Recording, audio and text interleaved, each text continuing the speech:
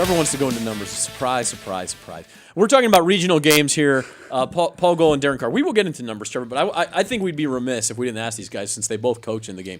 One of the best high school football games, maybe the best high school football game I think I've ever seen, was BHS and Mission Hills. Oh, yeah. In the regional game, state semifinal type game in 2013, where first half you all fell behind, fumbled the ball inside the 5 at least twice, and really looked like Mission Hills was too good to allow you to get away with that. And then the second half, slowly kind of come back, and win the game in the end. What are your memories of that game? And I think this serves to anybody who would say, oh, the Valley's the only thing that matters. This doesn't count. And that game was as emotional as I can remember a game being. Well, I tell you, the best memory was 4th and 2. And Asani threw, and we're coming out. I think we're like coming out of our 25, right? I mean, no one's going to go for it there. And we threw a swing pass to it must have hit Lamicio for a first down. And I thought, wow, we're on tonight, man. It kind of changed everything. Yeah, I mean, it's that was before we started broadcasting games, but I got to find a tape of that thing. What are your memories of it, Darren? It was just an unbelievable game. I remember. Asani Rufus, man. Yeah, I think I'm pretty sure he was 10 for 10 that game. 15. I think you're right. 15 was it? Yeah, it was perfect. Whatever. It was perfect. Yeah. I told him after the game, I said, dude, look, you may not understand this now, bro, but that's big time. Yeah. And later on, he's at BHS and all this. I'm like, but he's probably one of the greatest quarterbacks or athletes that ever came out of that school. And that's my one memory from that game, man. Just.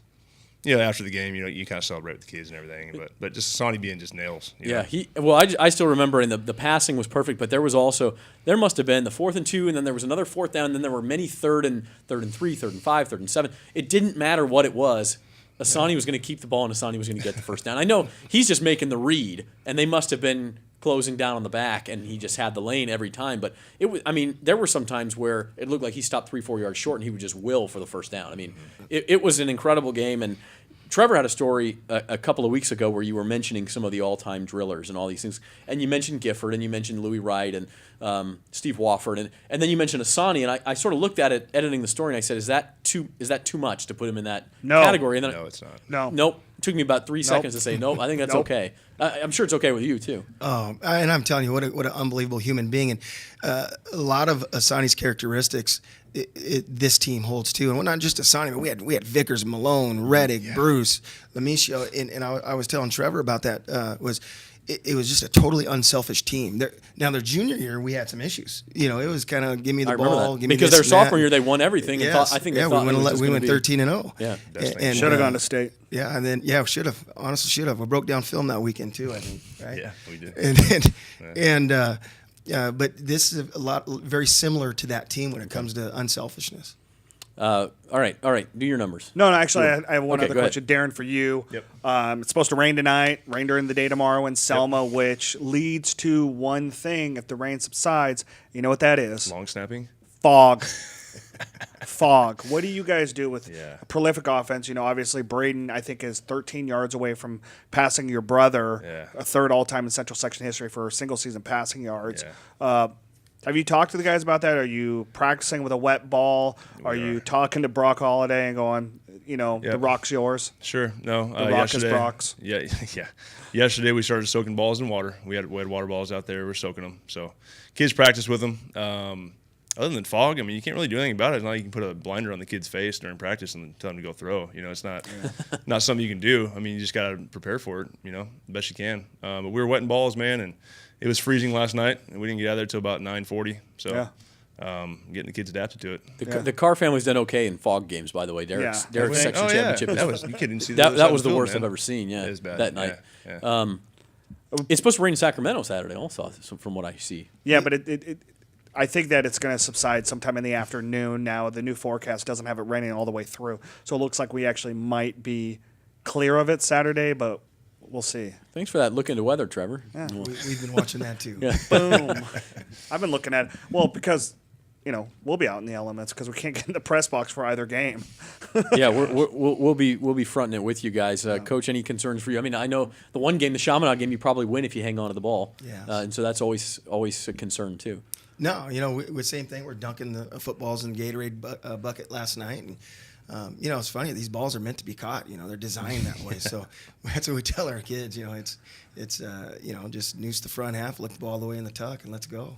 Taj Wright might have to use all 5 fingers. He might have to use 2 hands, which is weird. Yeah, he's special. Well, let's get into that real quick. Paul, we talked about it earlier. I talked to Ed Romero, who does all your history now. It's kind of taken over for Rick Van Horn. Most passing yards in school history you guys have this year. You surpassed what you guys did in 2007. It's incredible. Rushing yards are 5th all time. The top 5 are all under your watch at BHS, which is, it's relative because you guys are playing obviously more games now, but still incredible that you've been able to have these great years, so many, which in tune, you add those 2 up and you guys are 2 yards away from breaking the school record for total yards in a single season from that 2013 team. And I know you joked, hey, we'll get the first play and then call it a night, but talk to us about how special this group is, and it's balanced. It's more balanced than you've ever been. It's like usually it's like 1,500 yards passing to 4,500 yards rushing. Now you guys are 2,600 yards passing to like 3,300 yards rushing. I mean, it's incredible. No, and that's a compliment to the staff and especially the players. Quarterback's doing a great job of managing the game. No one's just trying to take over. They're managing it. They're seeing it, and the receivers are coming back and communicating with things that they've seen that we could maybe expose. And again, it comes right back to what we were talking about earlier with 2013, where the unselfishness, I remember Kevin Hayes in a big game. I said, Kevin, don't worry, man. We're going to get you the ball. And he goes, Coach, keep running it, man. They can't stop it. And I think that's when you've got a great team is when it's my time will come, Coach. Let's go. Let's keep doing this. No, I think Darren, for you, the same thing with Jeremiah and Brock getting a lot of attention, or Braden, getting a lot of attention. But you've got other guys who can play, and they don't seem to mind not being the headliners necessarily. Well, it's like Coach has talked about. You coach it.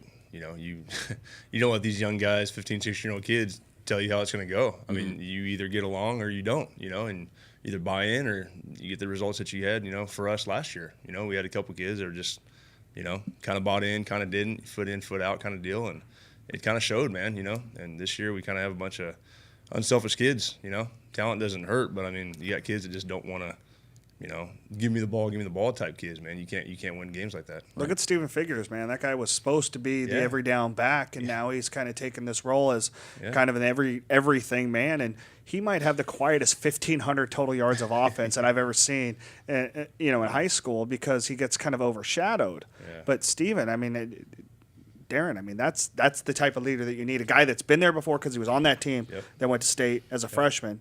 He's kind of righted the ship, yeah? Yeah, no, absolutely. And he's a senior, and you need that out of your seniors. That's one thing I learned from Coach. You need to have great senior leadership. You really do, and we have that, man, with Stevie. And, he could walk around pouting and this and that. I want the ball, this. He doesn't do that. He comes to work every day and he gets the ball, he does, whatever. He goes and plays defense. He doesn't get a pick. He doesn't really care, as long as he's in his assignment. So. And you guys are both big defensive guys. Paul, kind of go through it both. Paul, is it going to come down to defense Saturday night for you guys?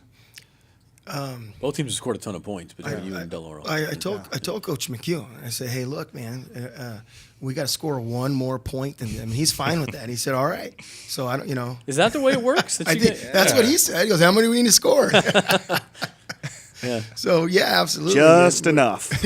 We're playing a great offensive team, and we're going to have to play some great defense. And offensively, we got to do what we do, and we've been rolling pretty good. That second, the first half of that Central game wasn't the prettiest, but we came back that second half and started rolling again. And just so you know, you're not going to get this Saturday night, but I've actually melted flip-flops on that field at Del Oro during the summer. Because it's the field turf. That's disgusting. Darren, more nervous about tonight's game in Kansas City or tomorrow's game in Sonoma? Nervous? No, nervousness is something you feel when you don't know what you're doing. I think it's more excitement. Yeah. You're excited for the kids. You're excited for the coaches, man. And I've been doing this a while, and it's just excitement. You obviously wish you could switch places with them. It doesn't matter how old you get. You wish you could go, like Coach says, trick or treating with them. Right. But it's one of those deals, man. You kind of just coach them up and kind of let them out, see how they go, and it'll be fun, man. Of course, little brother Derek playing Kansas City, huge game for the Raiders tonight, and then you take center stage with your team and your older brother tomorrow. So that'll be fun. And Paul, for you guys, I guess it's back here and probably feels pretty refreshing. The last couple of years, by your guys' standards, were not where you wanted them to be. To be back here, how good do you feel about the state of your program and the team you have right now? I feel, we feel great. I mean, honestly, it's someone asked me that too, and I said, man, no, this has been fun. I mean, this whole year's been fun. And everybody says that the 2 bad years. 2 years ago we were 9-3 and lost to the 2 CIF championships. I say by your standards, because by most standards that'd be.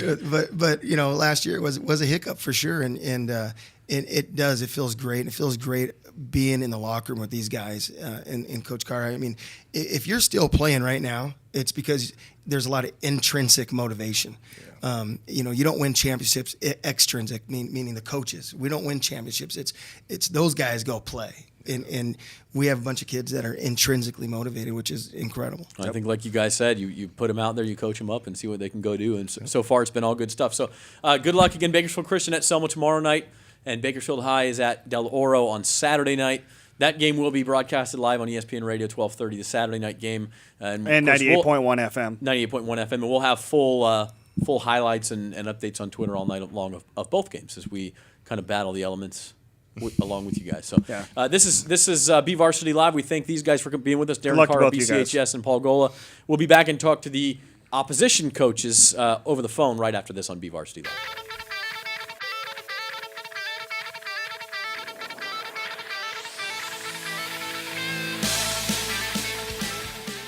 For more than 75 years.